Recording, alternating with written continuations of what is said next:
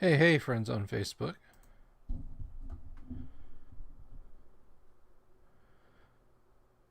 Well, good evening, everyone. Sorry I missed you earlier in the week, yesterday. Just a little schedule issue. People are out and about in the world doing holiday-ish things. But that's all good. Hello, Vinny over on Facebook.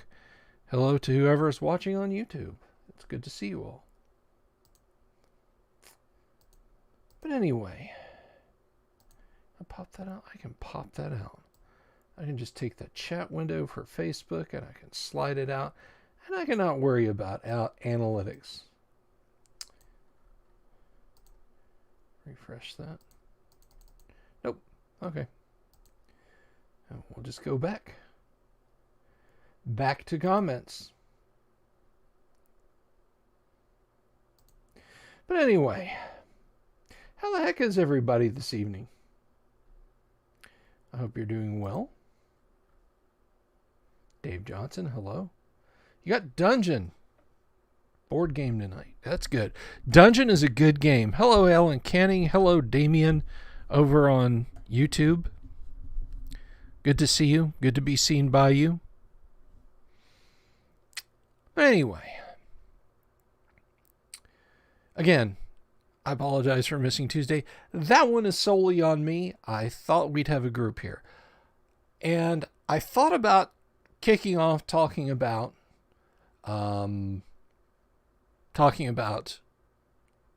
original Dungeons and Dragons and game mechanics in that tonight. Well, passerby, I hope so. I seek to be interesting. Hello,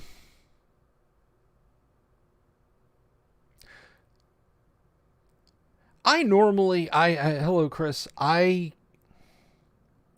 try to stay focused on original Dungeons and Dragons and basic Dungeons and Dragons to a lesser extent, but mostly focusing on first edition AD&D. And it's very easy in this corner of the hobby to ignore the outside world. But the reality is that it's out there.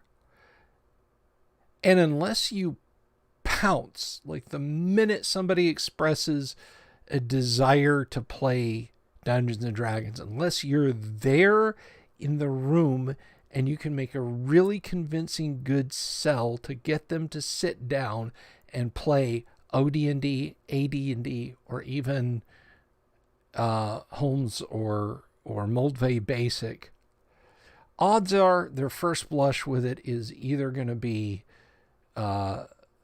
whatever the flavor of the week Dungeons and Dragons that's out there, or it's going to be, say, Pathfinder from Paizo. And I'm going to take my ire out on Pathfinder a little bit.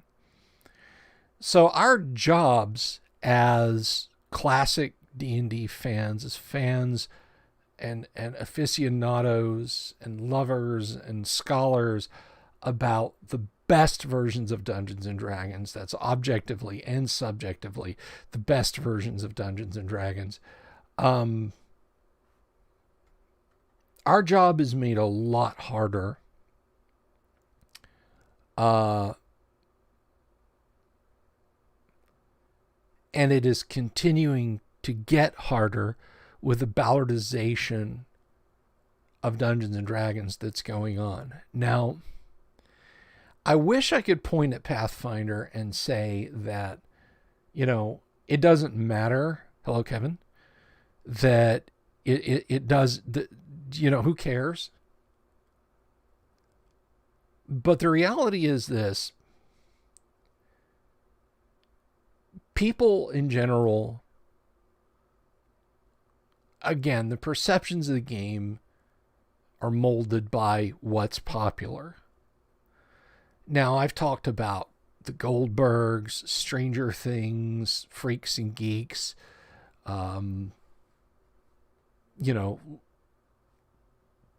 slight aesthetic mention in Community. But really, we've got to deal with the fact that the game lies in the hands of Wizards of the Coast, and to a lesser extent, Paizo. And I don't want to give these guys more power than they should have, right? It's like the pastor who gets up. Trust me, I appreciate the ironic dichotomy of using this example. But, the pastor gets up and Sunday in and Sunday out talks about the evils of drink, the evils of rock music, the evils of whatever vice. And, you get the occasional person who's like, well, I just want to see exactly how evil it is. And you end up driving people towards that. But a discussion came up, and it really, it's not so much what Paizo has done or is doing, but it's the direction of people's thoughts. It's the direction that the hobby is taking. And I've railed on about this before, but I want to get really specific about this. The Paizo recently said, it's not cool to have slavery in your campaigns, even if the bad guys are doing it. And that really kind of gave me pause. Now, a lot of you guys have probably seen the TSR D&D standards and practices thing that was floating around in 1989 or 1990 that TSR put out about, if you want to write for TSR, if you want to write an adventure or a book, here's the things that can't happen. None of those, slavery, drug use, sexual violence, all of those things were to be shown as evil. Now, I never thought that I would be somebody who would say, well, TSR did a good thing during that period. But TSR did a good thing during that period with that. You're welcome to do whatever you want at your table. Nobody can, bust into your game room and say, no, you have to play this way. But TSR was putting forward the idea at that time that these are things that bad guys do. Bad guys do these things. All right. But now we have, Wizards of the Coast basically mixing up a batch of the blandest moral gray that they can. And painting over everything with it. Just painting over everything. Everything is subjective. Drow are now light purple, and we're never evil. There are no evil drow. Oh, there's some spider cultists in the drow societies, but they're just misguided. So this thing, and I want to make sure that we understand what I'm saying about Paizo here, because this really, this kind of irked me. It stuck with me. Let me see if I can find this. Someone sent an anonymous letter to Paizo. An anonymous letter. One person sent an anonymous letter to Paizo. I want to be 100% clear. One person. This is from Bounding into Comics. This isn't just Bill being crazy. One person sent an anonymous letter, and the result from Paizo is, we will remove slavery from our game and setting completely. Following the publication of an anonymous open letter asking the publisher to address Pathfinder's slavery problem, Paizo Incorporated publisher Eric Mona has announced that, effective immediately and without any plans to provide an in-game explanation for its disappearance, the concept of slavery would be removed from the game and setting completely.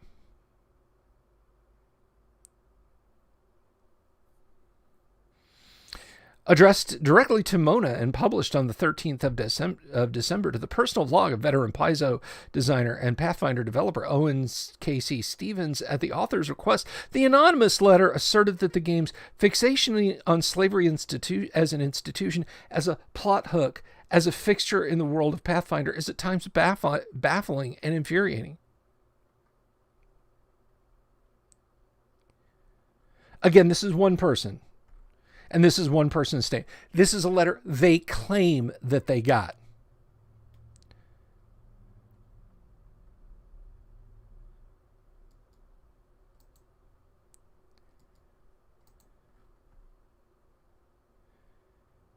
Now, you're welcome to do what you want in your game.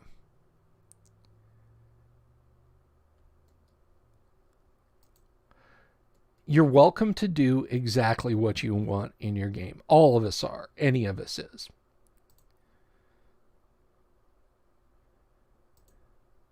But when it comes to having something, yeah, it probably was one of their staffers, Kevin. It probably was an internal email. I can think of no better foil for characters to destroy, no better institution to ruin than slavery.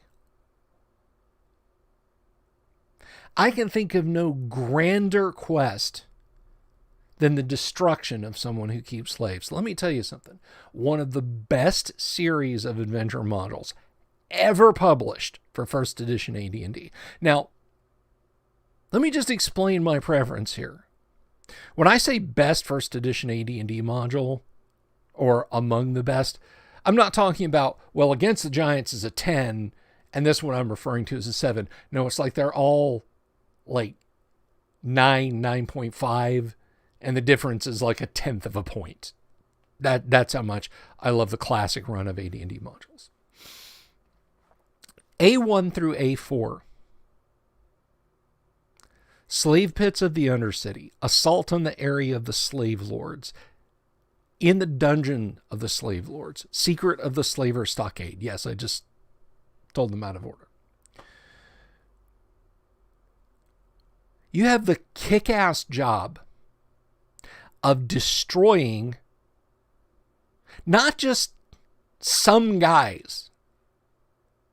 You're gutting the entire institution of slavery along the wild coast in the world of Greyhawk. You're putting an end to it. These people are bad. Stopping them is good. I shouldn't have to say this to anyone. Nobody should have to have that explained to them. But the reality of it is, if you look at fantasy, just ignore reality for a second. If you look at fantasy lit, I just started my annual rereading of The Lord of the Rings. One of the first warnings that Gandalf gives about Sauron to Frodo is, it would please the Dark Lord to have hobbits live as slaves. And you could make the argument that even the orcs themselves are slaves of Sauron. The 9 men doomed to die,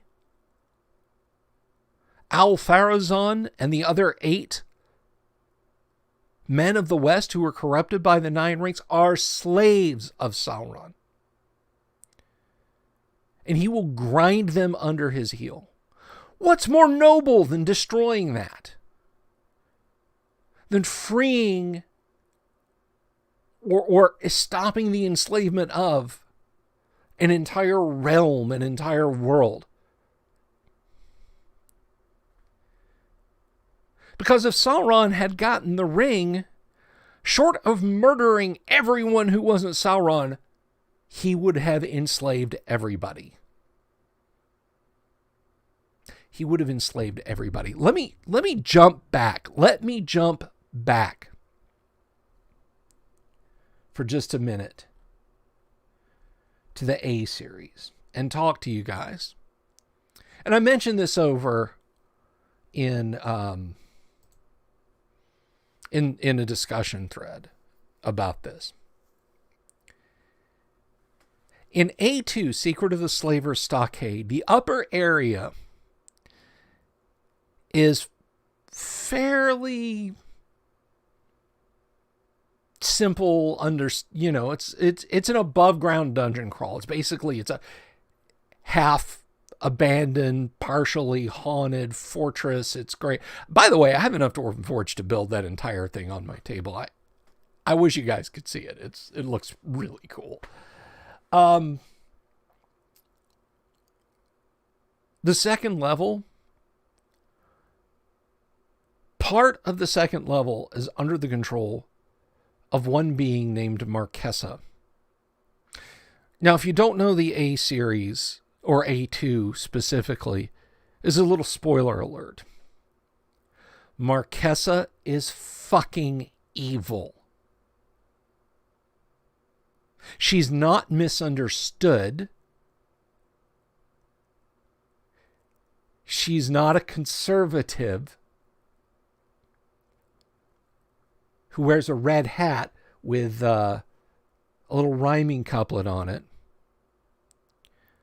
Markesa is evil. She performs surgical experiments, the pain of which drives the subjects insane. So we can assume that she's not standing by with ether or casting sleep spells. One of her successful experiments is a human woman whom she has altered through surgery, not polymorph spells, not magic, has surgically altered a human woman to look like her. Markesa's an elf. So clearly, ears being shorn and bones being shortened and etc. And she has erased and reprogrammed the poor woman's mind over and over and over again until she is a gibbering, psychotic mess to be her body double. So if somebody invades the dungeon, she can run and hide, and her body double is just stable enough to go out and scream that she's Markesa and pretend to cast spells and get hacked to death by the party while Markesa makes good her escape. Unless the party is able to discover this or figure out what's going on. Markesa is so bad that the ogre mage, also roaming around in the dungeon, he was sent from downtown by the slave lords in the Drakensgrab Hills in Suderham to find out what the holdup on slave delivery is. He tells the party, you gotta do something about her. That's how bad she is.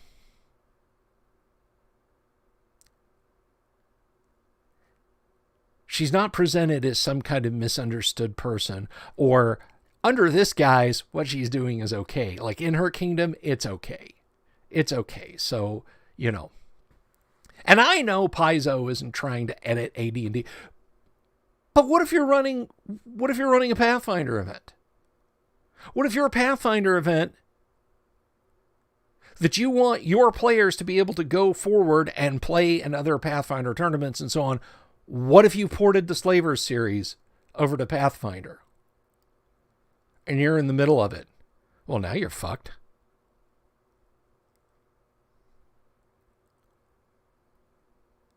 There is no context in which you can ever present this as good or acceptable. And quite frankly, if you remove that trope from the game, What are you left with? Ayu's wishes to conquer Greyhawk because, well, he just wants to conquer it. Well, what's going to happen when he sets himself up as a demigod on Earth? Well, things are going to be bad. Well, who's going to do his bidding? Well, his armies. Yeah, but I mean, who's, those armies will need to eat and people need to grow food and, he'll want people to do his bidding. I got nothing for you. And even setting aside the A series, I keep saying even setting aside, but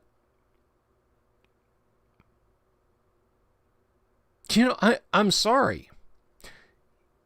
Evil is evil. Evil does evil things. Orcs are evil. They're labeled evil in the monster manual. Whether you think they're servants of Hexter in a Greyhawk campaign, or you do the whole non-human deities pantheon and they were created by Grumpsh, regardless of what it is, they're evil. Or maybe they're not evil. Maybe you've come up with something completely different. But whatever those different things are, they're evil. They are evil.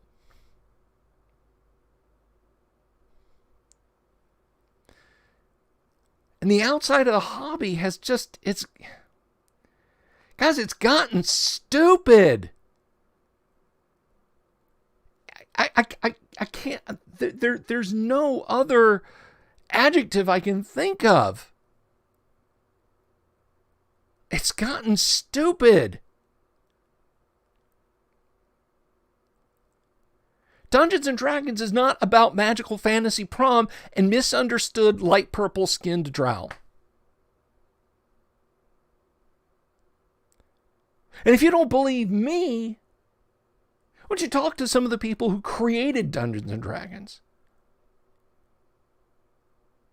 And Gary said himself, without evil, there's nothing for good to strive against.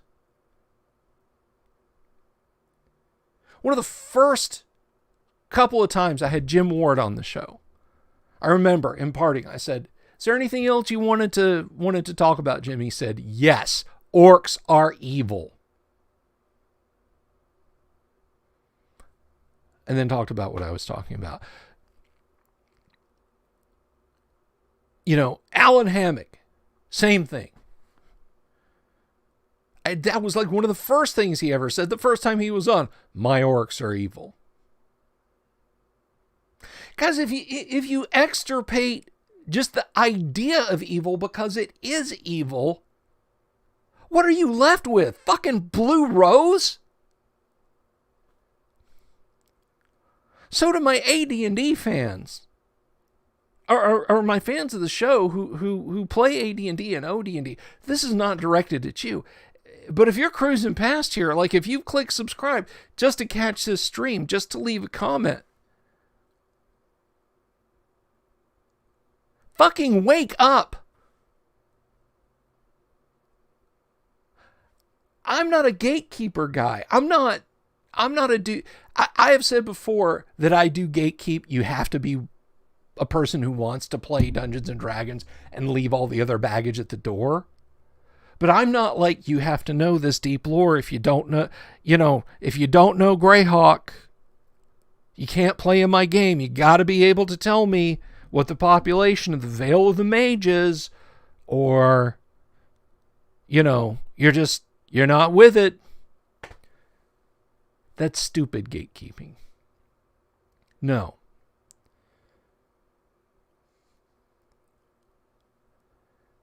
Like, it's honestly, if you're somebody who thinks this is a good idea, please put a comment in YouTube or in Facebook and tell me why this is a good idea. Why this sudden extirpation of evil? I know from a corporate standpoint why it's being done, at least by Wizards of the Coast. Wizards of the Coast wants to lifestyle brand D&D. All right? They're doing it way better than TSR ever did when TSR was, they were selling candies and Halloween costumes and toys through LJN and Saturday morning cartoon show and comic books in DC. Wizards of the Coast has got him beat going in and out. Or at the very least tied.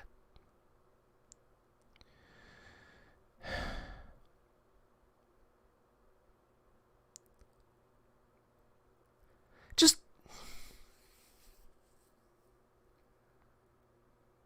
I'm going to quote my favorite college football coach who asked back about 8 years ago, much to the dismay currently of the college football world, we've got to ask ourselves, is this what we want fantasy role-playing to be? He said, is this what we want college football to be? And everybody changed it.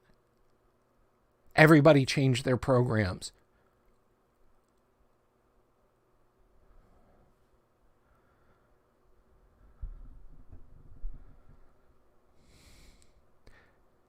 Tajin Taliogaro. I'm sorry. I can't.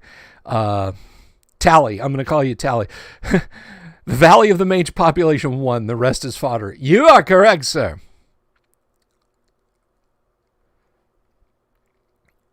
But again, if you're out there and you're just driving by, ask yourself, goddamn bots.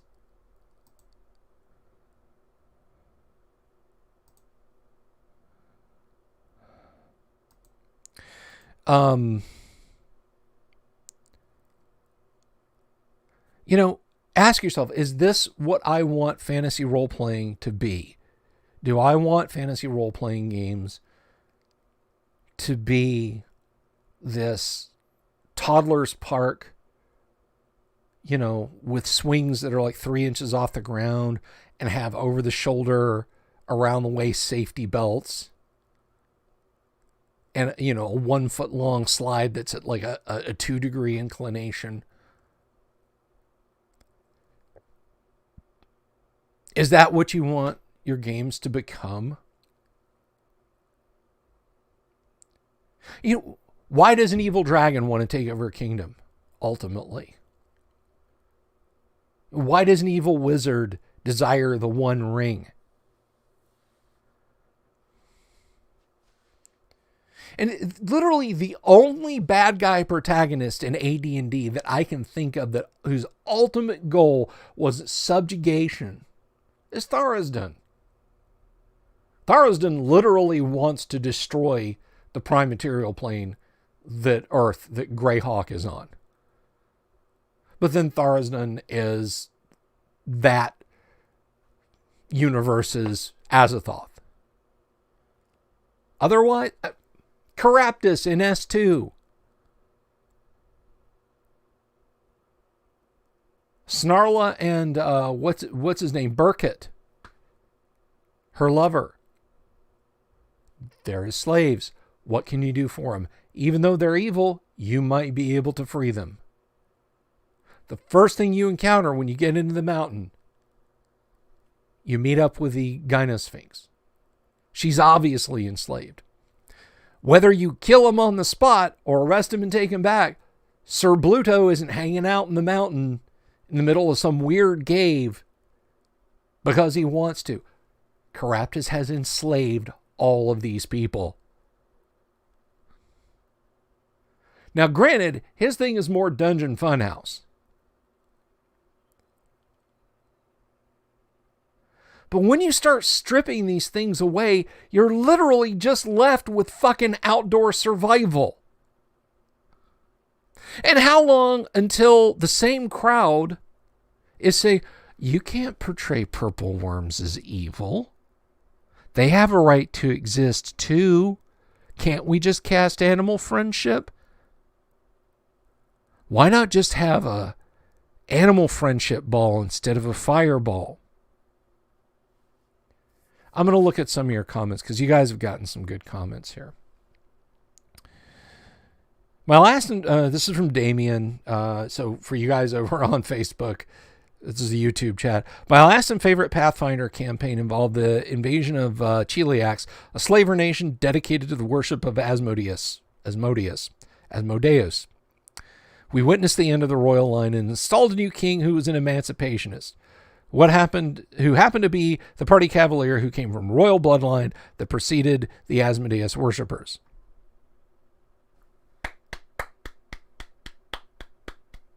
Well done. The funny thing is, the Cavalier had converted from his previous deity to the chaotic neutral god of war, and even got a divine messenger from Gorum to serve as one of his advisors. Very cool.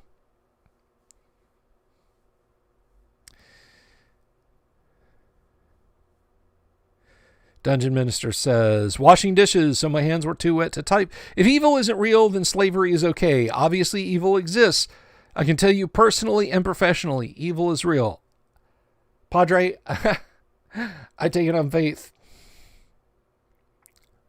No, Santa Claus did not bring me a light battery. Just lost that one. If you, Coolidge says, if you have Marxist mindsets, you have to eliminate the possibility of fighting evil, or you will end up being the baddies that people are organizing against. Are we the baddies?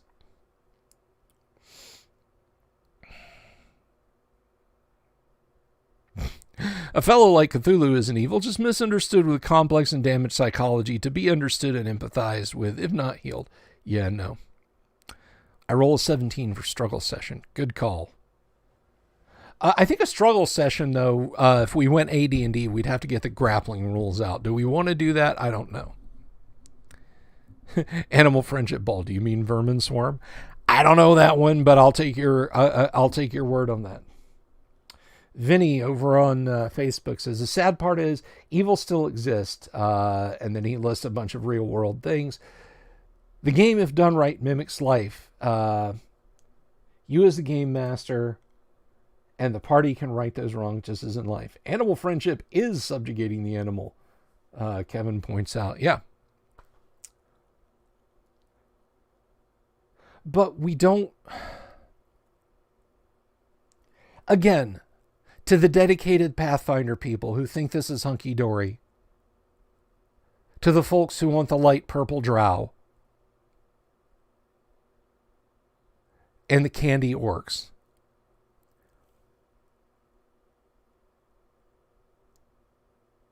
fighting evil is not exalting evil. I've talked about this before, and you know, if you're out there, Padre, if you're out there, Dungeon Minister, I would love to see like a type response from you if you could fit this in. But I have mentioned before, I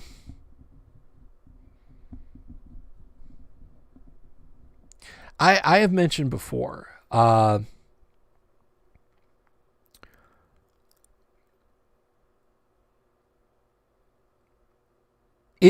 sorry, I needed a second to collect my thoughts. Consider the group Black Sabbath for a moment, won't you? The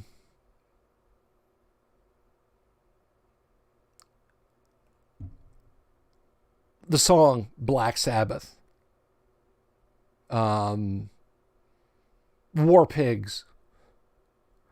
On their surface, it sounds like Ozzy and the rest of the lads are belting out paeans to the Antichrist.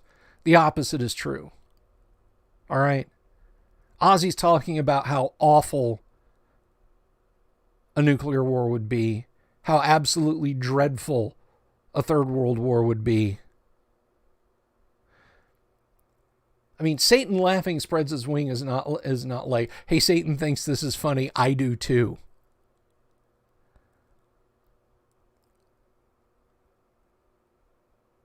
I mean, Black Sabbath should, the song Black Sabbath by Black Sabbath on the album Black Sabbath should scare the hell out of you.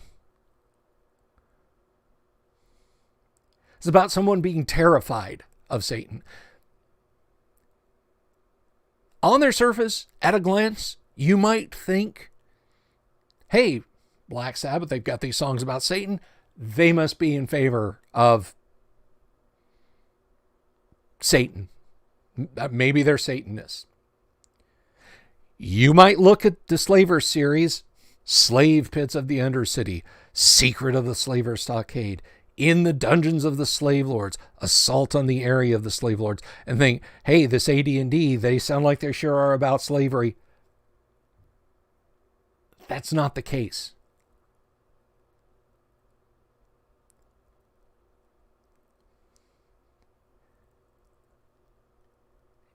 There's no mechanism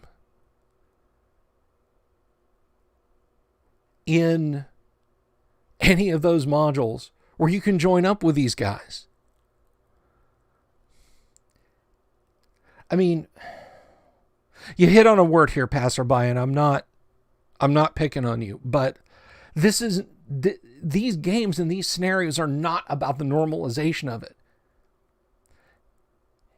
In none of these things, even in later D&D supplements, versions of D&D that I don't care for and that I don't play, has it ever been,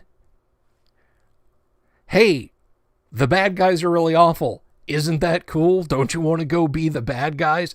You know, the slave lords are where it's at. They're presented as enemies.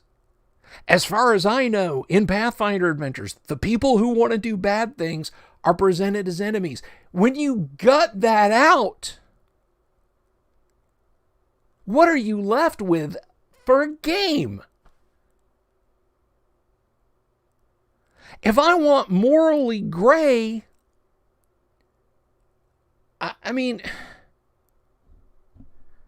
yeah, I love the game, but Twilight 2000 is a game where the morally gray can be explored. I mean, the ultimate moral grayness. Who started World War III? Was it China when they were resource starved and invaded Siberia? Southeastern Siberia? Was it Russia when they nuked China in retaliation? Was it NATO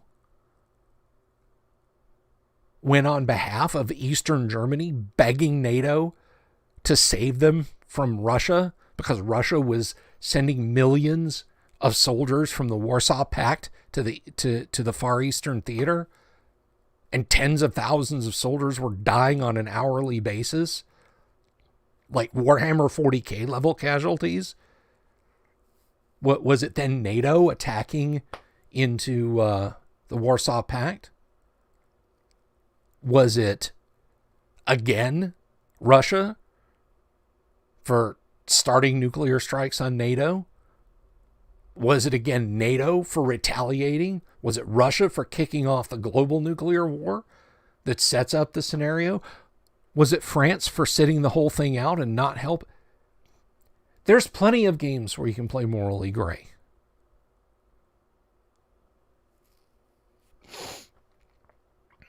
I mean,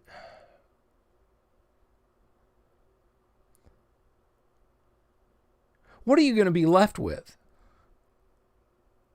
If you sit back, Pathfinder fans, D&D 5e fans, and you let these people pave over your games, and don't tell me it doesn't affect what's at your table. You can still play.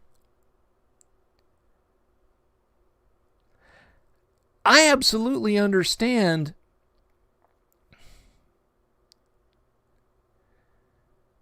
that 5e and Pathfinder fans tend to be about Adventurers League and Pathfinders Guild.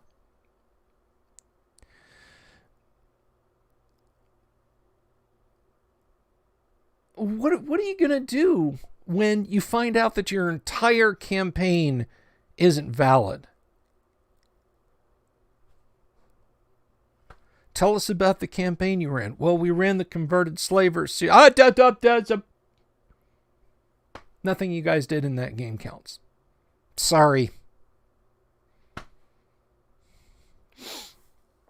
Oh, I know you're not picking on a word, passerby. Just a passerby, for my friends over on Facebook, just a passerby said, what I have observed over these last years is the concept of normalizing.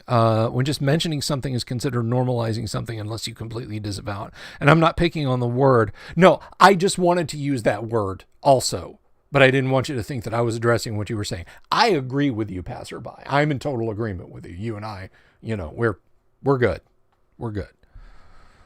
Damien says, taking out evil races and cultures in D&D and Pathfinder just leaves players with fighting dire animals like Monster Hunter series. Not a great idea story-wise. Right until the point that someone comes at you and says that you can't attack monsters because monsters have no moral compass.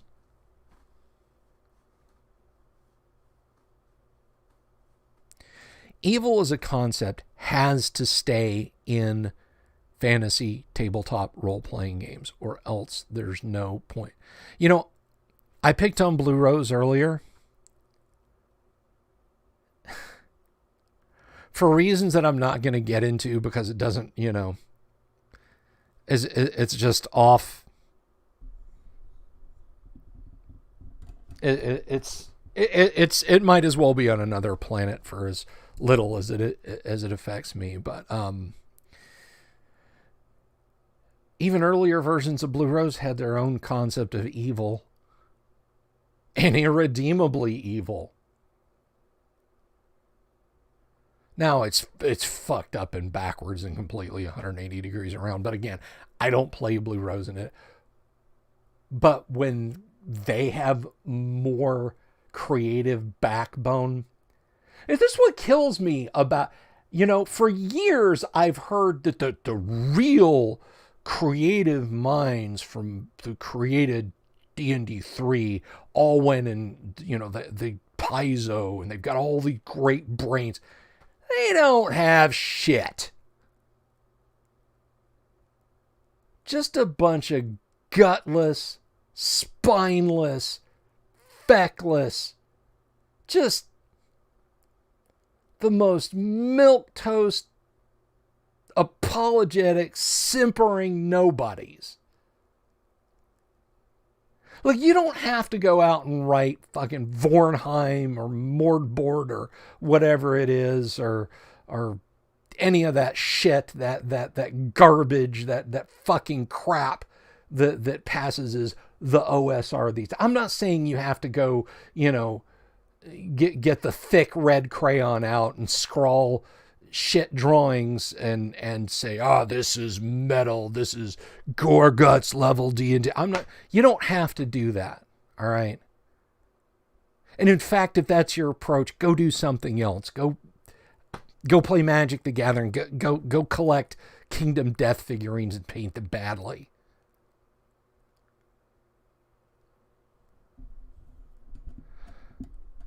But there's, you can at least act like you have a creative spine, like you give enough of a damn about what you've spent your life trying to do. We don't have to have this deep philosophical discussion. Look, the slavers, they're out on the wild coast. They're enslaving people. Kill all of them. Free the slaves. In what fucking universe is that problematic? How broken do you have to be to not understand? The party are the good guys. The slavers are the bad guys. The party are the good guys. Caraptus is the bad guy.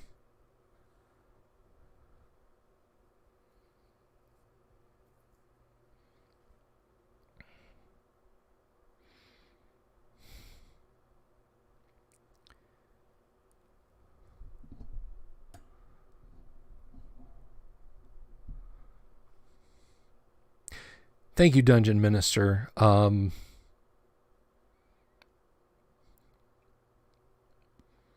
And for the record, just a bit of trivia and for Dungeon Minister's information, Black Sabbath took their name from a Boris Karloff movie, which you've ever seen is just hilariously cheesy. The Devil Rides Out is a scarier movie from a devil worshipping standpoint than Black Sabbath. And The Devil Rides Out is pretty cheesy too. But just in case you were out there wondering, well, Bill, it's called Black Sabbath. It's still kind of... Anyway. It's always amazing to me when my fellow clergy react to depictions of evil with such pearl clutching. They need John the Baptist to kick their asses. That's right.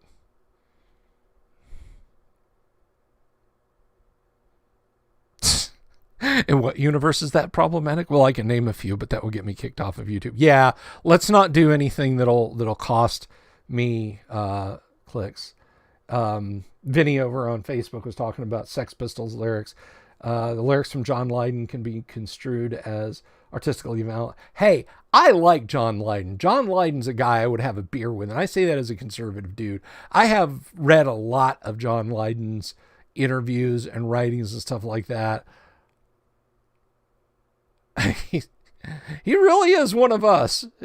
Not us, a gamer. He's just a kind of a middle-aged guy who just wants to be left alone to cut his lawn and watch a football game every now and again.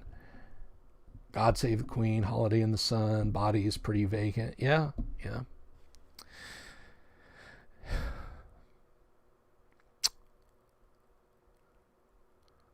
Kool-Aid says, neither Paizo nor WotC sit at my table and have the ability to interject their opinions and do rules enforcement. It's ultimately our game, and they're awfully damn arrogant thinking they can. And I agree with you, Kool-Aid. But going all the way back to my original thesis, unless we're sitting there like Johnny Bench, waiting to catch a fastball, and with our ears pricked up for the first person at a comic store or convention or out on the street or in Barnes and Noble, wherever, who says, yeah, I'd like to play D&D one day, and we jump on them, their first experience with it is gonna be 5th edition or Pathfinder.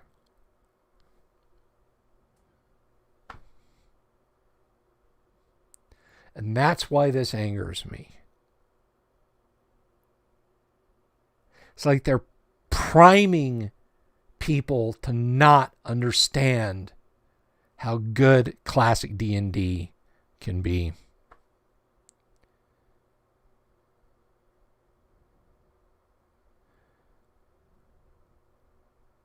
Just a passerby, it just may be a lunatic you're looking for. So I find myself reading this and I'm just perplexed by it. And I wish I could say, again, that this won't ever affect, like, why do you care about this, Bill? You talk about Dungeons and Dragons in the classic vein. You're not going to wake up and it's bled into your OD&D books or your AD&D books. And it's not like Wizards of the Coast can reach in and edit your PDFs on your computer. And that's very true.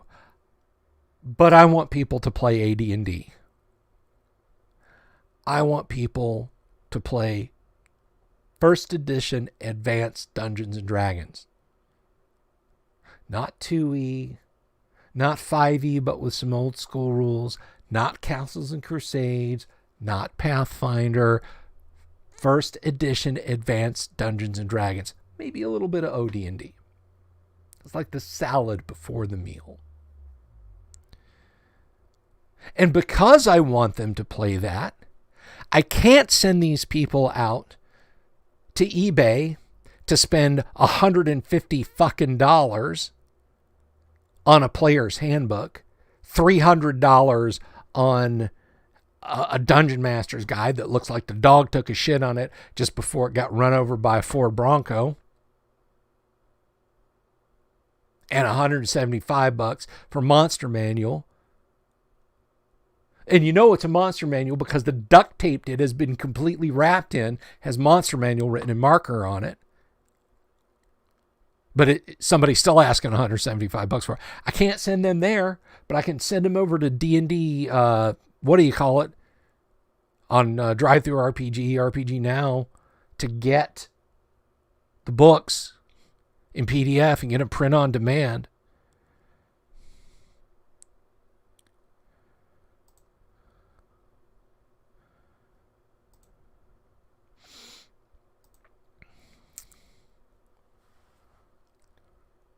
And the further along they creep with this, and I do mean creep, the further along they creep with this, the closer along that they get with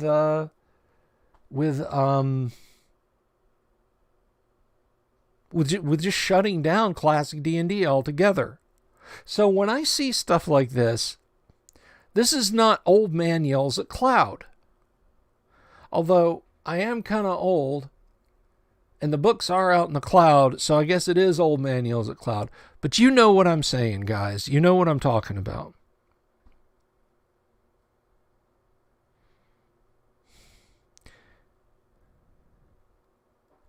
Damien says, their first introduction to Pathfinder will be the streamlined second edition.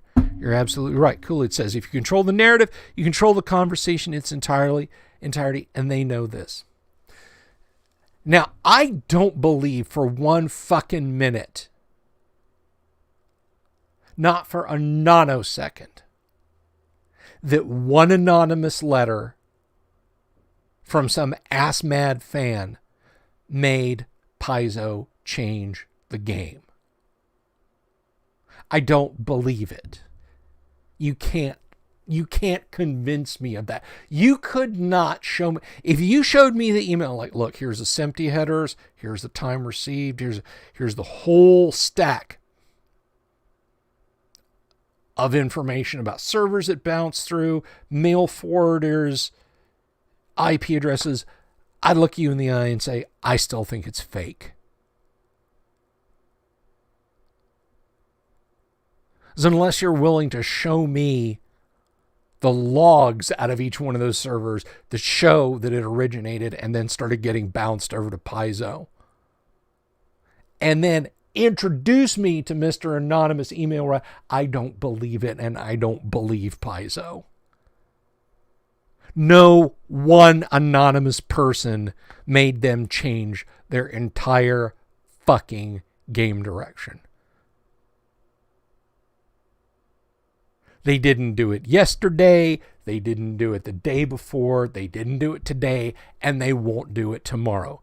Because if that was the case, any one of us could mail a very considered letter to Wizards of the Coast, email to Wizards of the Coast, and say, would you please consider adding first edition Advanced Dungeons and Dragons to the open gaming license so people can write and create for it as well as 5th edition? And they would. That's just as likely. No, this is something I believe that Paizo had in their little pocket that says that they were planning on doing, and they slipped it in just before Christmas in hopes that nobody would notice it. That enough people would not be staring at the blue square to let it go past. Hello, John David. Good to see you. And the timing of it, isn't that a little suspicious? December 21st. Who's in the office on December 21st? Who's sitting around doing stuff on December 21st that isn't going, oh man, I forgot to get Joan a Christmas present. Oh, I gotta go. Oh, okay. All right. I ain't buying it, Bob Cratchit.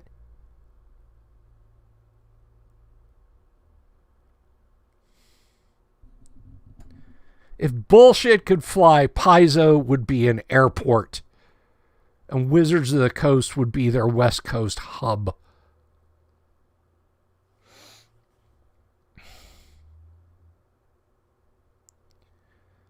Oh, John David, you missed it. All right, let's start over. Evil is important. No. We're talking about Paizo Yeah, and I can't be clear enough about this, guys. I can't be clear enough about this. I'm not ass mad about Paizo and Pathfinder. All right. Pathfinder is not my game of preference. Unless it's something that I know at least a couple of you would have been like, screw this guy, Alt F4. Pathfinder's not my game of preference, and Pathfinder 2.0 is not my game of preference. It's about the sea change in the hobby to pretend that evil doesn't exist and that it's all just morally relative. When the Watsies came for Magic, I said nothing because I did not play Magic. I agree with the sentiment. I'm a little leery of co-opting Pastor Niemöller. But at the same time, again, Tally, I feel for the sentiment.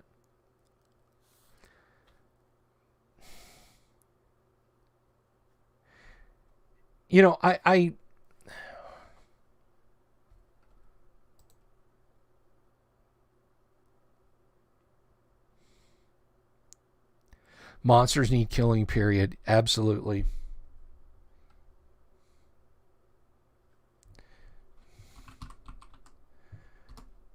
I will say this, and I want to make sure that I get this exactly right.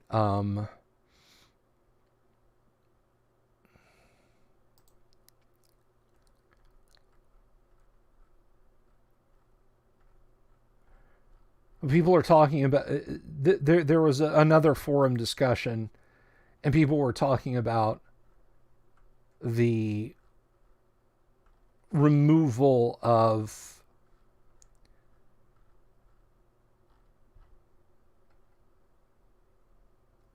Wizards of the Coast tearing stuff out of 3. Essentially, mind flayers are now just misunderstood. They're not evil. Drow, of course, are light purple elves who just happen to live underground, but are otherwise wonderful people. And basically overnight, with a click of a button, like if all of your books were digital, then they were all changed without your say so. You weren't given an option. You were not given an option to lock them out. And this is what I said. And my deepest apologies to George Orwell, wherever he is, in socialist limbo or wherever. An elaborate book had appeared in Watsie's hands. For perhaps 5 seconds it was within the angle of Winston's vision. It was a 5e book, and there was no question of its identity. It was the 5e book. It was another copy of Volo's guide at the Gen Con function in Indianapolis, which he had chanced upon months ago. For only an instant it was before his eyes, then it was out of sight again. But he had seen it. Unquestionably, he had seen it. He made a desperate, agonizing effort to wrench the top half of his body free. It was impossible to move as much as a centimeter in any direction. For the moment, he had even forgotten the threat of Twitter cancellation. All he wanted was to hold the book in his hands again, or at least see it. "It exists!" he cried. "No," said Watsie. Watsie stepped across the room. There was a memory hole in the opposite wall. He lifted the grating. Unseen, the book was whirling away on the current of warm air. It was vanishing in a flash of flame. Watsie turned away from the wall. "Ashes," he said. "Not even identifiable ashes.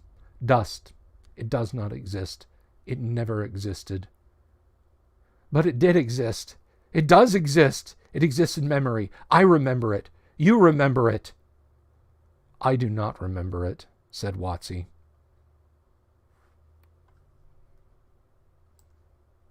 And that's where we're at. That's where we're at.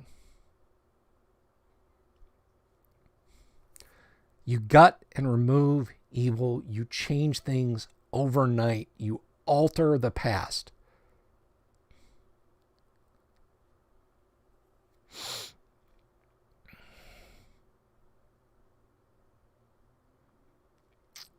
Pathfinders is a setting where blue dragons are mafia dons in the desert regions of Golarion.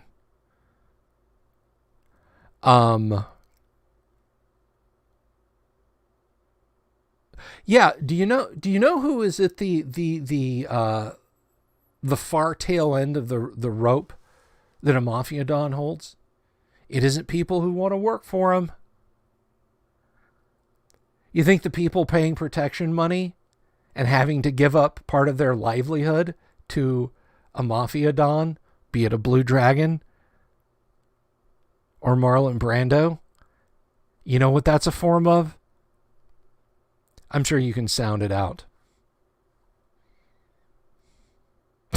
YOLO's Guide to Ruining Tabletop RPGs by Wizards of the Coast.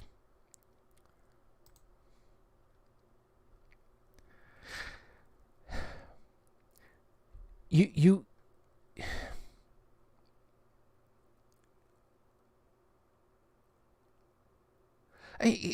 can talk about puzzles and so on, but imagine Half-Life 2 for just a moment. Imagine Half-Life 2.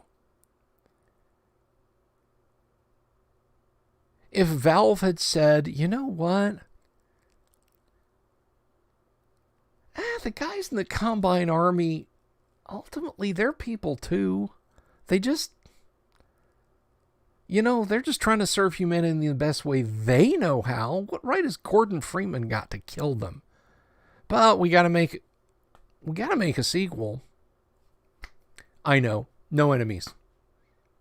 There's some NPCs they can walk around and communicate with, but no enemies. The crowbar is just a physics tool. We'll just treat it like when he talks to Alex, it just kind of goes down and he can't lift it up.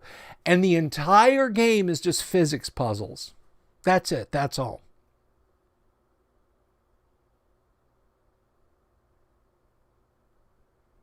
Passerby. 9 Inch Nails reference. I love it. I posted up some not referencing anything here, not relevant to this, but I posted up a link to some Front 242 on my Facebook page earlier. But you might get a game like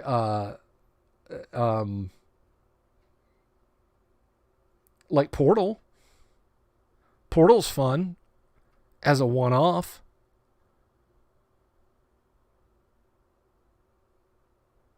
But even then, GLaDOS is actively trying to kill you.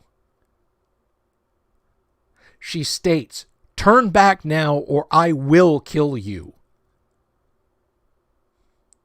And if you take Portal 1 in a vacuum, the last thing you do in Portal 1 is destroy GLaDOS.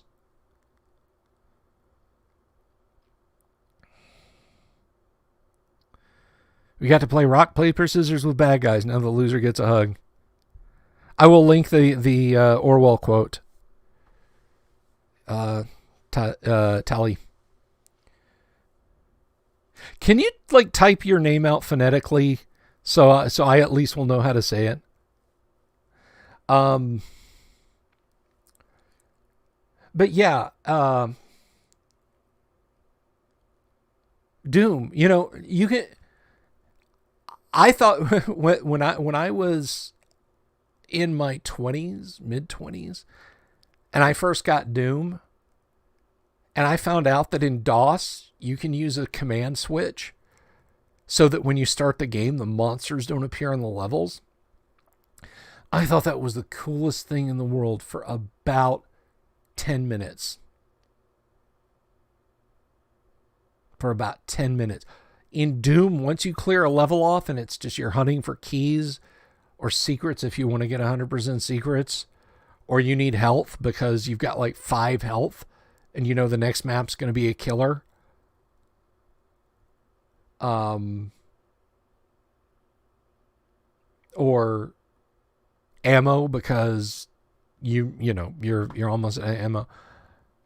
Running around in an empty map in Doom is ridiculous. And where we're going with role-playing games is Doom.exe/no monsters.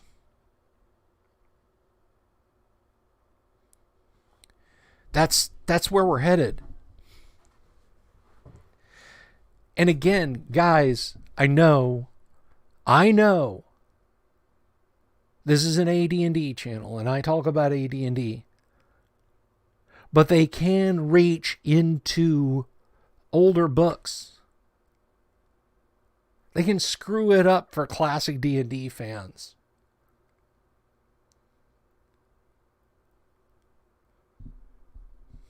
I mean, there's a point at which if they just really decide to pull the like, ooh, Gary Gygax was a bit problematic. I'm afraid D&D is going to have to go. Yeah, very misogynistic, very problematic. It's going to be kind of funny because at that point it's just going to be, yo ho ho to get AD&D in people's hands. But what's going to be worse is if this expunging of evil, if they just decide, hey, we're going to go and we're going to edit the old stuff, and don't you think it won't happen. Don't think this is me being paranoid. They already threw disclaimer text into Oriental Adventures. Don't think it won't happen. Don't think you won't wake up one day and Darlene's succubus artwork is out of the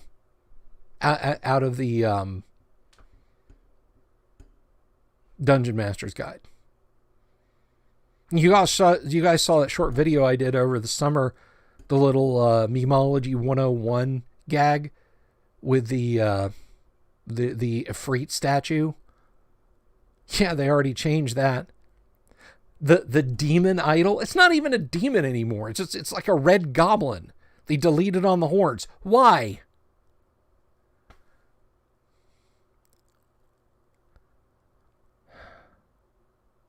Endless dungeons of traps set by misguided souls. I mean, there's only a few monsters, like evil monsters in the Tomb of Horrors. Let's see. There's the four-armed gargoyle. There's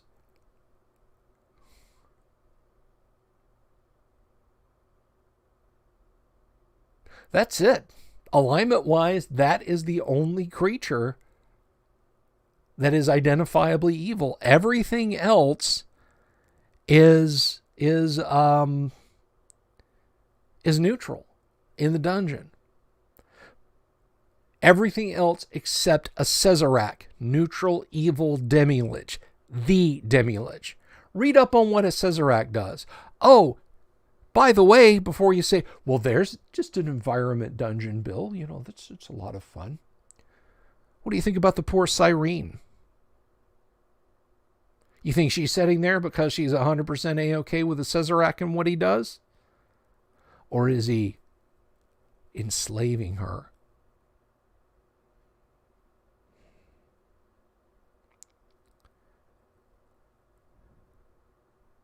Evil is how we can identify good. That's a very good point.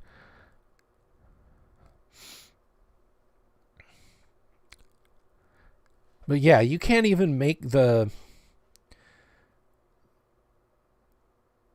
And I know you weren't talking about Tomb of Horrors, Dungeon Minister, but you can't even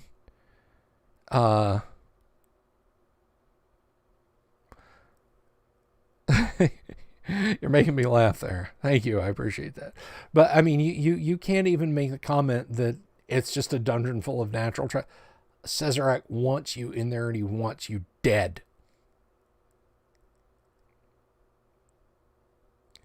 You're welcome. I don't know that I'm saying it right. That's how Gary said it to me once, a Cesarak. So I've heard of Sararak. I've heard of Cesarak. I don't know. Not all four-armed gargoyle. Yes.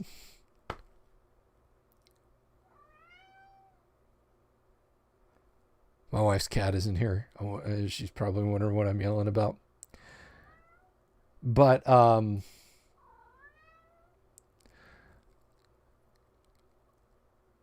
ultimately, if you sit back and you don't do anything and you don't take this under consideration, and you're just like, look, it's not going to...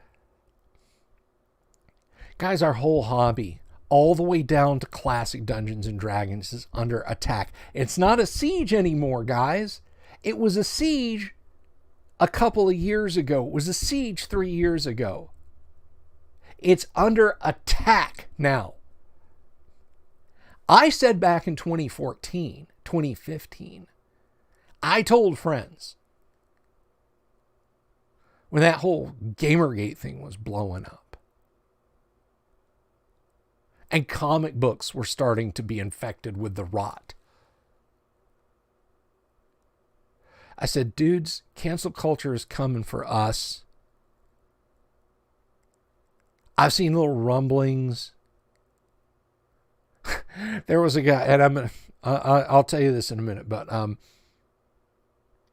I said these things, and people said, man, keep your paranoid internet shit out of here. Don't bring that stuff into our conversations. Don't bring that in here.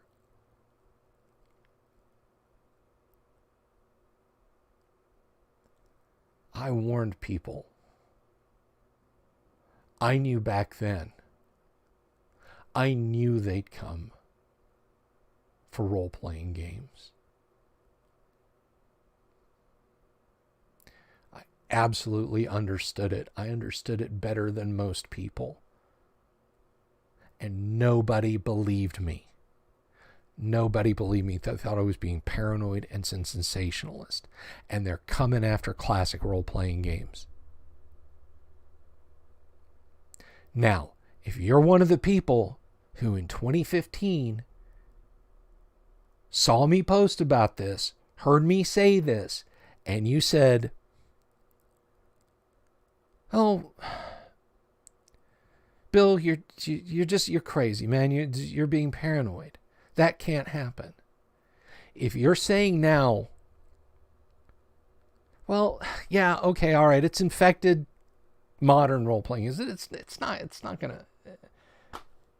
AD&D, basic D&D. It's all safe. You're fine. We're fine. They're not gonna do anything to us. They can. It's out of print, right? If after all of this, the fall of comic books, the fall of video games, the fall of all the other role-playing game properties, and you don't think we're next, guess again. If you still don't believe that, all I can say is I hope you have a big group, and I hope you have tons of physical copies of your books.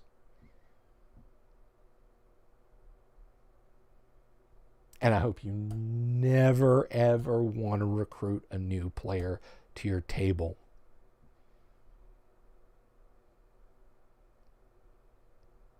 I hope you're in a comfortable spot.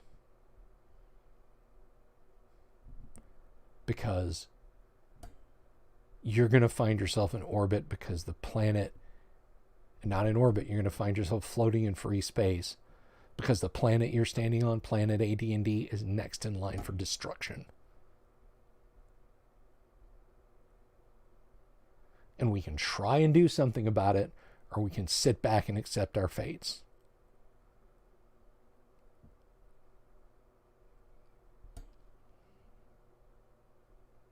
I know what I'm going to do. I know what I'm going to do. Because when I take AD&D down to Gods and Monsters, when I hit 1,000 subs on this channel and I hold the great underground virtual gaming convention.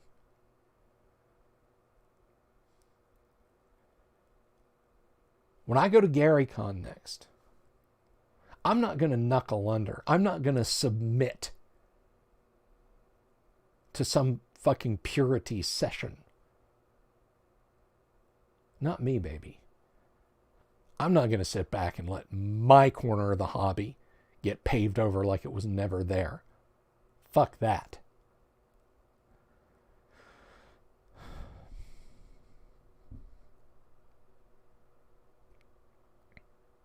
And getting back to your comments.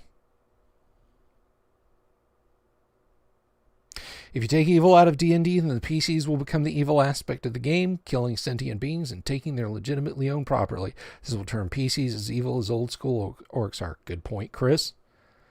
The destruction of D&D was written when WotC purchased TSR. I'm unfortunately inclined to agree with you slightly, Michael. I'm unfortunately inclined to agree with you slightly.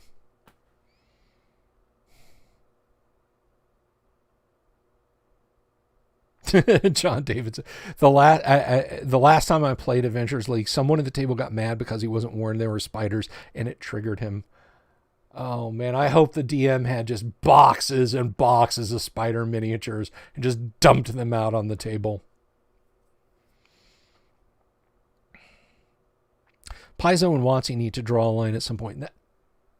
Paizo and WotC as companies are lost to us. All right, they're lost. We have to draw the line. It's not them. Michael Connor says, I saw it happening sooner than that. The beginning with second ed and the use of he/her interchangeably. Okay. This is just a minor mechanical point.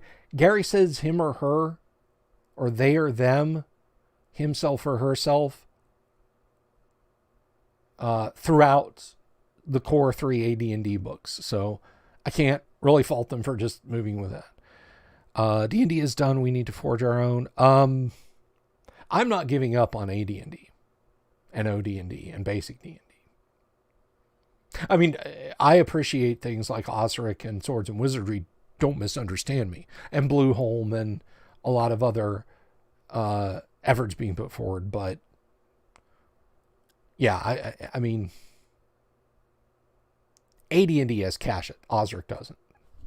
That's just how it is. Paizo and WotC are the problem. They are the problem. I'll agree with you.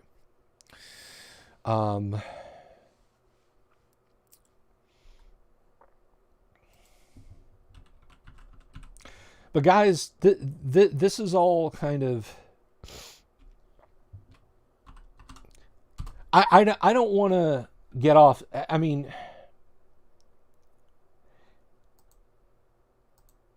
It's easy just to get mad about what Wizards and Paizo are up to. I have to pry it from my cold dead hands. That's right. From my cold dead hands. And to be quite honest, I'll ask the missus to toss my D&D books into the crematorium with me. No, I'm just kidding. I want the kids to have those to sell. DM had to apologize via the AL coordinator. Oh my God. Never apologize. Never apologize. Never apologize to these people. Never apologize. God, no, don't apologize to the woke scolds. Good Lord, don't ever do that. No. You owe no one an apology for enjoying role-playing games the way you want to. But I was talking about how I saw this coming years ago,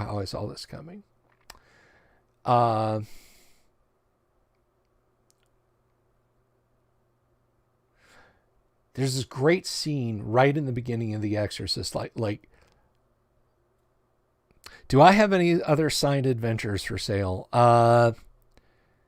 Yes, John David, I do, but email me about that. Email me about that.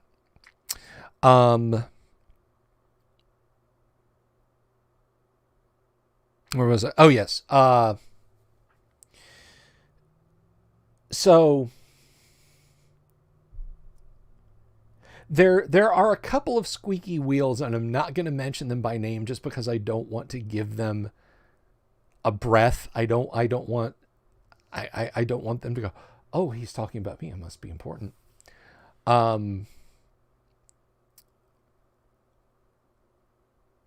But there's one fellow, and he started on, what was the Something Awful forums, and I'm sure you've heard of Something Awful. It's basically a dead stupid website now, but he was one of the, I remember in 2015, 2016, and he was cheering on the people tearing at the foundations of pop culture back then. You know, I hope this happens to tabletop gaming. It's overdue. It's way overdue for people to look into this. And there's another guy who trouble seems to follow him wherever he goes on the internet. He creates D&D stuff. I know the names of these people. Again, I'm not, you're going to have to, you're going to have to just trust me on this. Person A from Something Awful insulted and slandered person B. Person A is also the person who said, yeah, let's get those tabletop gamers. They've got this coming, in a social justice kind of way.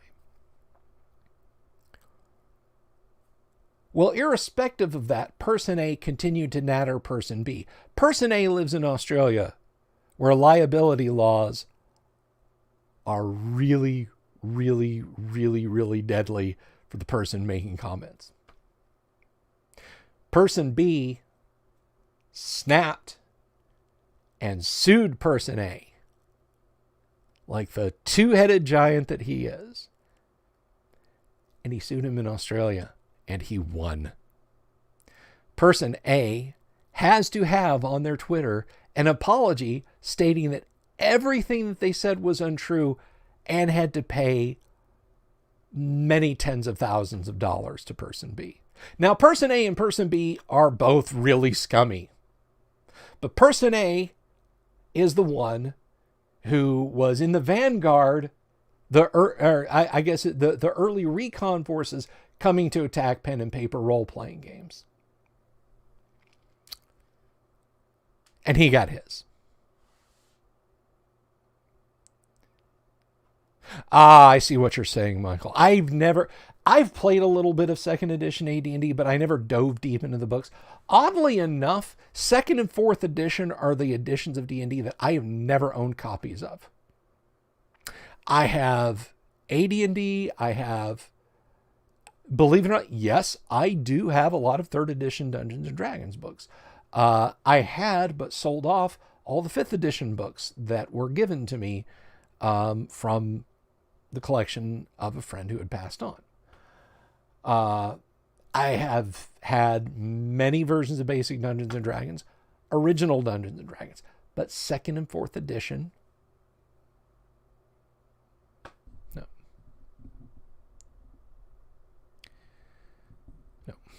Oh, this is the DK score?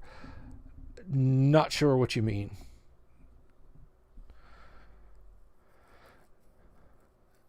Reminds you of the Satanic Panic. It is very much. It's funny. The blue, we talk about the blue-haired church ladies that came after D&D in the 80s. Now it's the purple-haired Twitter ladies who've come after D&D. You actually threw them in the trash. You just took them and threw them out. I would have at least taken them to a used bookstore and gotten some credit for some Asimov or some Harry Harrison books or something.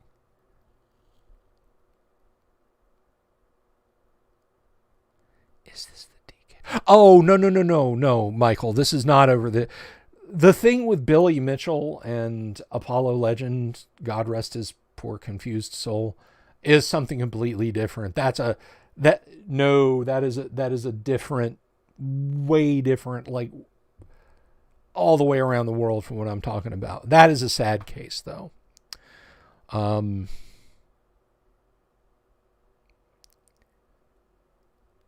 Blue hair, purple hair. Yeah. I mean, it is. You know, it was the blue-haired ladies in the 80s. This is the purple-haired Twitter bitches in the 2020s. You know, I do wonder though, what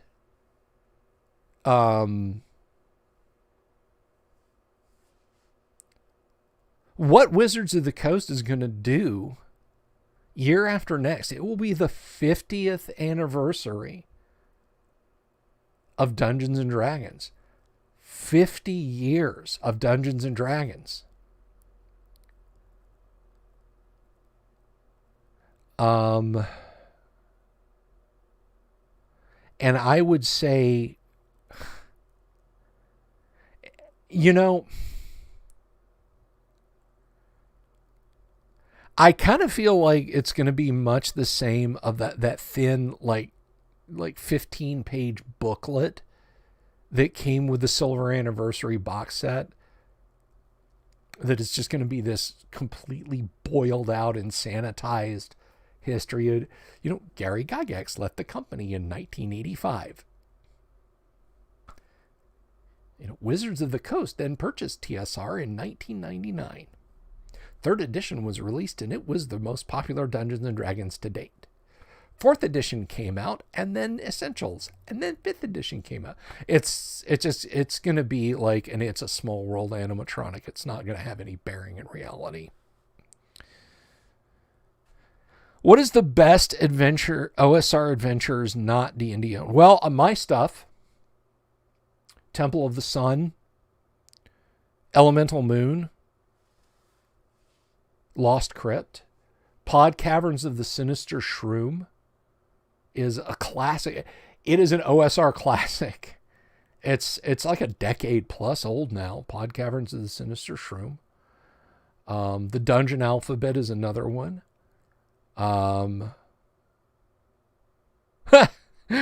Sixth edition, Foam Swords and Strong Talking To.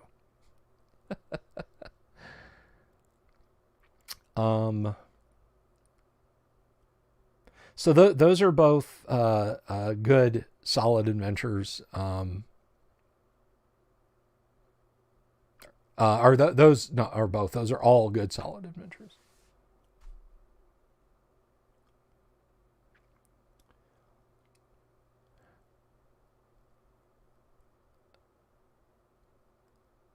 But there's no. Let's see. Oh, Chris, I missed your. Let's see. I'm gonna scroll. I'm gonna catch up. I'm gonna catch up with super chats. Oh, I can't have super chats. That's right. But I will take PayPal donations. bsylvia@gmail.com.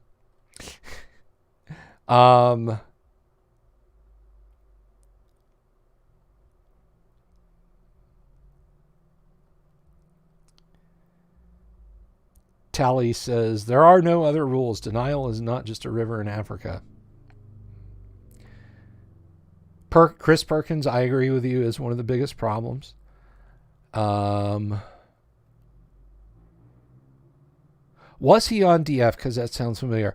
I don't think any of the two people that I mentioned were ever on Dragon's Foot. I don't think. But again, I'm not going to give them power by talking about them personally. One, because person B might sue me because I think he's a fucking asshole. Which is perfectly legal for me to say that I think someone is a fucking asshole. And the other person is just a known serial harasser. So, let's see. No one wanted them. Yeah, well, you didn't have a table to balance or something. I don't know.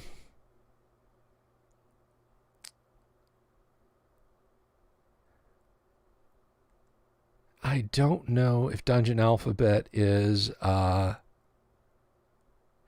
a good question. Let's look that up. We have the whole wide internet.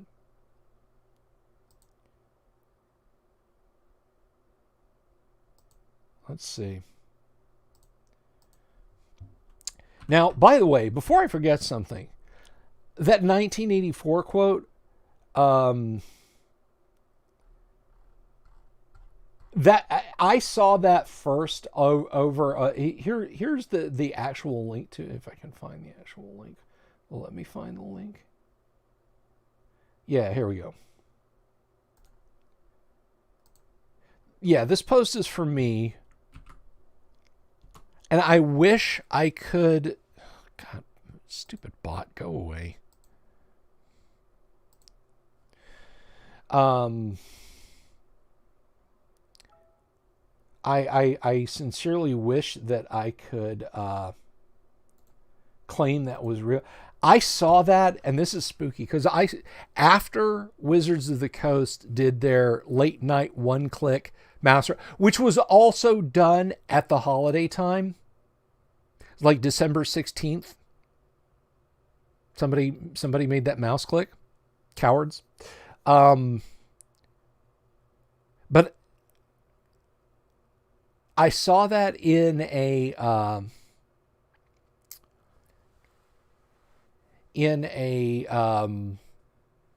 Reddit thread. Even the 5e fanboys who suckle the toes of Wizards of the Coast were like, why did you delete shit from our books, our ebooks, the books we paid for? Why did you do that? Well, it's errata. We just, we issued rules corrections. It's the new rules.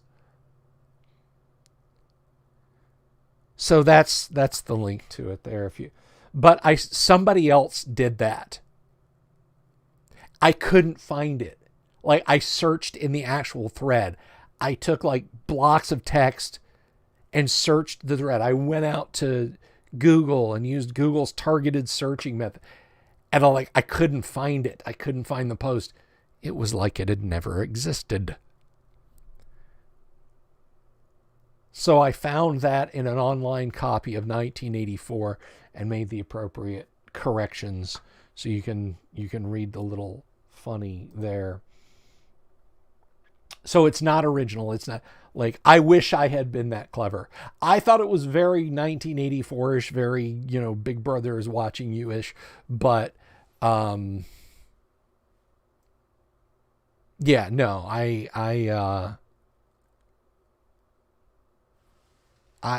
did not come up with that myself. I might have gone with more of a Fahrenheit 451 personally.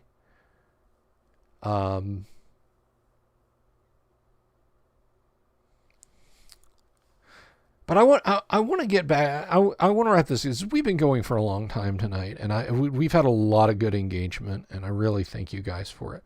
But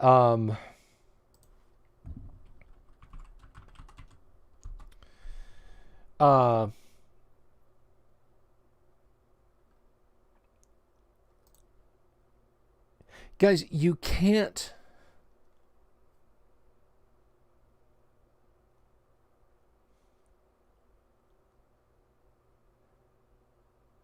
Turning Dungeons and Dragons into Pirates of the Caribbean, not even the movies, just the ride, not the theme of the ride, but the ride. Your players are just in a little boat that moves from A to B, and you see some things that you might think are dangerous, but they're not. And they've changed that. Now they've changed Pirates of the Caribbean. Disney, of course, caved, and there's parts of Pirates of the Caribbean that have been altered. But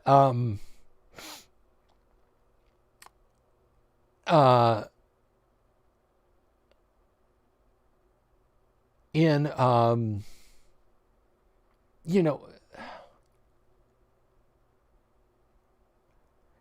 in a fantasy role-playing game, evil has to exist and evil has to do evil things. Otherwise, what are you even doing? What are you playing? You're not experiencing anything. It's like, was it Todd? Somebody up in the stream was talking about,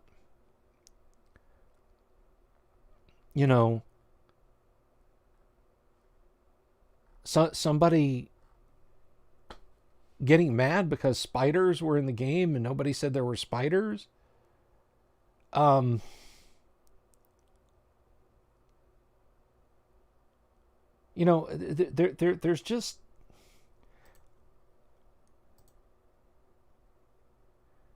There's just, a point at which, God, I just want to say, look, go find another game. And if one person, if the utterly improbable happened, which, I'm sorry, again, not to belabor the point, the person, the fictional person that Paizo alleges made them change their mind, that's about as likely as me going to an Orlando Magic basketball game and the coach pointing at me and saying, "Get down here, I need a power forward, you. Yeah, you, the fat 52-year-old. Come on down here. Get out on the court." And then I come back and tell you guys how I won the basketball game. It didn't happen. Yes, Paizo, I'm calling you liars. I am calling you liars.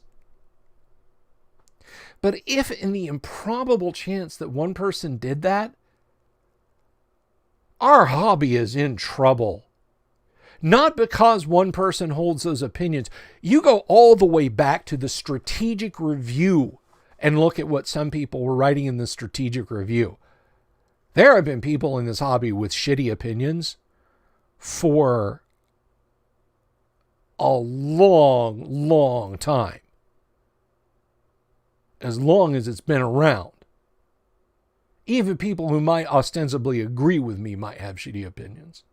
I mean, like, yeah, don't take rape out of D&D, or don't take slavery out of D&D. Yeah, don't take slavery out of D&D. Don't take rape camps out of D&D. Yeah, wait, whoa, what? So you gotta police yourselves too. Don't misunderstand me. But even if in the unlikely probability that one person with a shitty opinion made an entire sea change in Dungeons and Dragons' ugly cousin, 3rd edition Dungeons and Dragons' ugly cousin, I should call it. That just shows that the people who are cultivating D&D, who are responsible, who are its caretakers, we really need to do something about them. I cannot imagine the state that Dungeons and Dragons would have been in after just a year or two if Gary had caved in and listened to the lunatics writing letters into the strategic review and then later the dragon. The idea boggles the mind. And to water down evil is evil itself. To say, oh no, evil people don't do really evil things. What is wrong with you? Seriously, I would love it.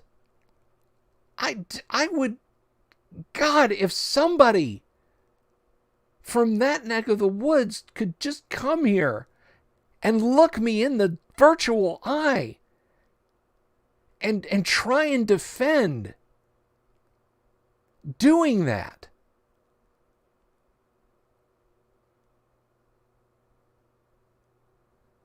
I just don't know, man.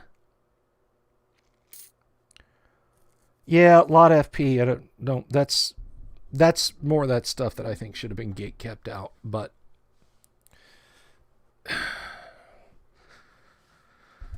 Kyle and I will differ on that, by the way. Cobalt Press still does some decent stuff. I've heard of Cobalt Press, but I haven't really tinkered with them.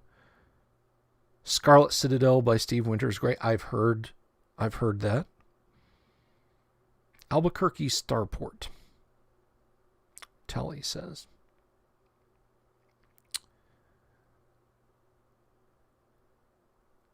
But guys, don't neuter the evil from your games. Just don't do it.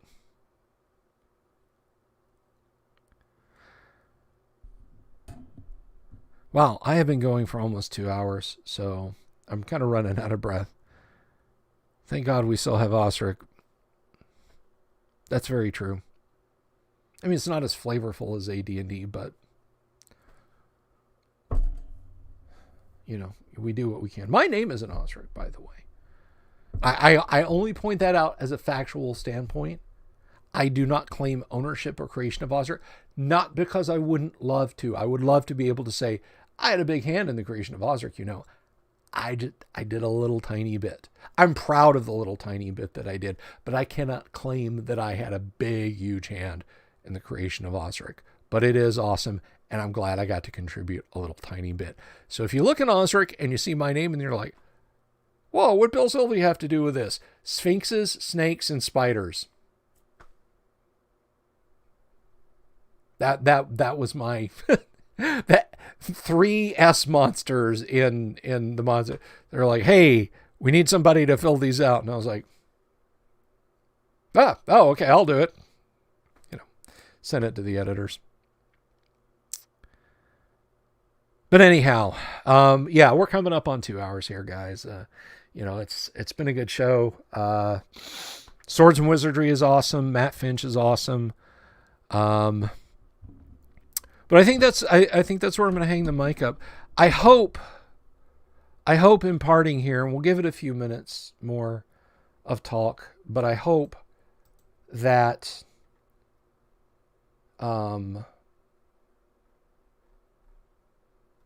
people have understood what I'm saying and why it's important.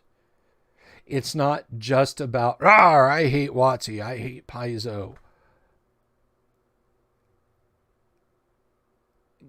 Guys, look down at the floor. Now look out there.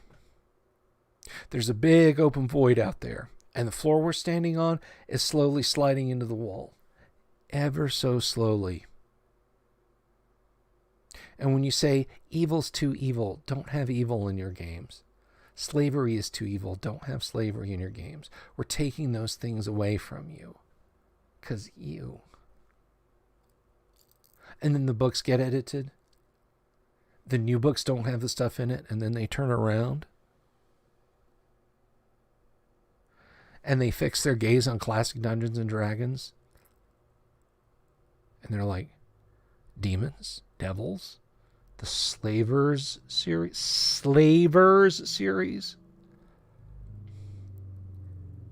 If you've dug your heels in, guys, and you've said, Bill, you're being paranoid, come back to this conversation when you can't buy AD&D books. When you can't do a POD copy of a player's handbook so players at your table will have copies. Or you want to give somebody copies of AD&D hardbacks. And your choice is $200 for cigarette smoke and cat pee smell and moldering pieces of garbage, or newly print-on-demand copies that cost $20 a piece. You're going to go, oh, I should have listened. Because now I can't get them. So that's what's gonna come up and bite you. For the people who won't listen to me, for the people who think I'm paranoid, the people that think this won't happen to our end of the hobby. Not role-playing games. Classic role-playing games. Dungeons and Dragons.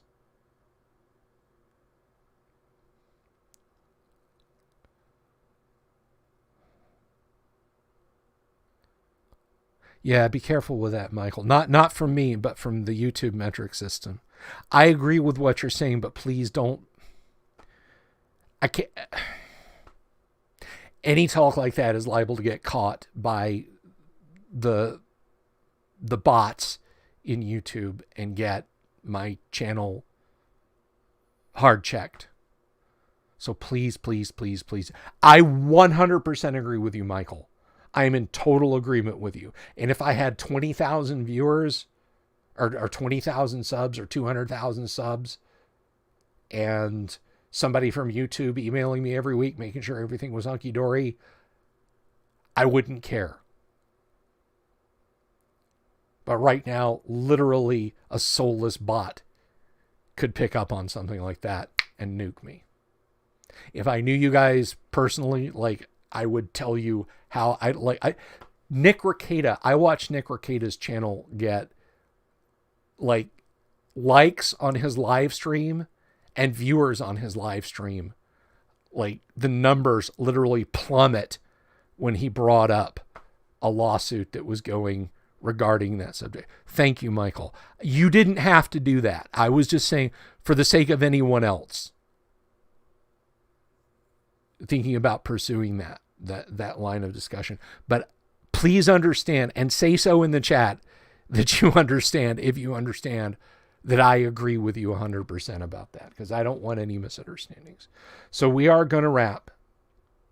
We are going to wrap up tonight. Tomorrow, Thursday, will be a bit lighter. Tomorrow we're going to talk about, we're going to start our delving into the mechanics of original Dungeons and Dragons. That's what we're going to do tomorrow. We're going to go back to talking about D&D, which means I'll have like 3 viewers at peak. So it's when I come on here and I get mad and drop F-bombs and yell about modern role-playing game companies that I get the most views. But no, tomorrow night we're gonna talk about classic original D&D and how you play it. And we're going to approach it from the standpoint of not classic OD&D and all of the supplements and all of the copies of Strategic Review and yada, yada, yada, yada. We're going to take it like we just went to the hobby shop and got this strange game with Dungeons and Dragons on it. And we're going to have fun kind of approaching it like that.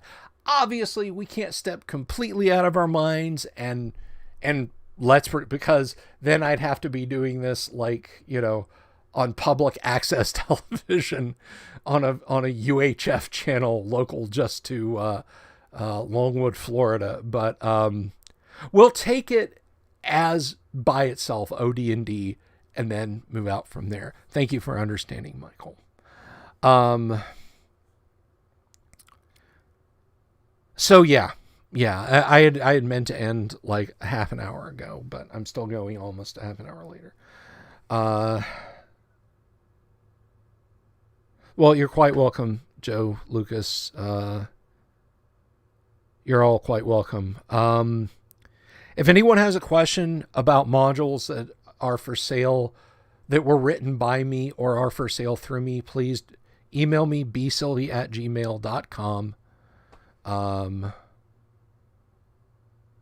Michael, you're in Largo, you say? Nice. That's some beautiful country down there. It really is. If you're talking about Largo, like down way down in South Florida.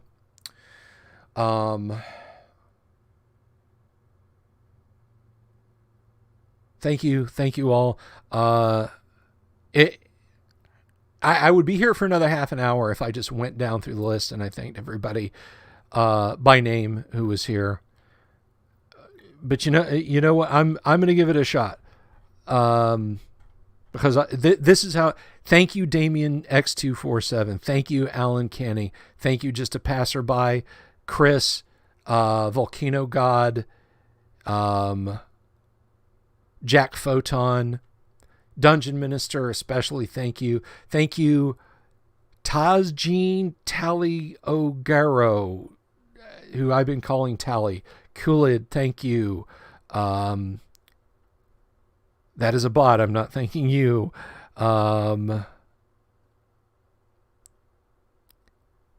John David, thank you.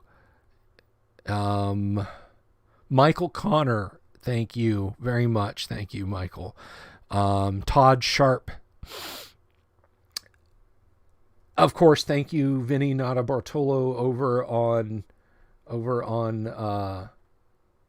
Facebook, and Dave Johnson and Kevin Reynolds, all three in my audience over on Facebook tonight. I appreciate you guys just as much. Joshua Garlock, Gus Bryant, thank you. Clearwater area. Oh, I gotcha. Okay. And a new sub tonight. Thank you, Alex Kufner, for joining. And I am considering Odyssey, Michael. I am considering Odyssey.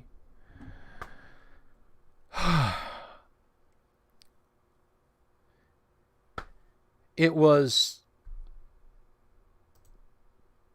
difficult, but it was enjoyable, and I'm glad that I was here to bring it for you guys. And I this is the enemy we're against, guys. If you're playing old D&D, if you're playing new D&D, this is the enemy we're against. Don't think I'm screwing around. Don't think I'm fucking kidding, because I'm not. Because you're going to wake up one day and your D&D is going to be reduced to gay prom night. Gay as in happy. That's happy prom night. And you're going to wonder, why can't I slay dragons? Why can't I kill evil overlords? Why can't I overthrow slavers? And if you don't believe me, and if you think I've been lying and jerking you off for the last 2 hours, when you wind up there in another 18 months, don't say I didn't tell you so, because it did.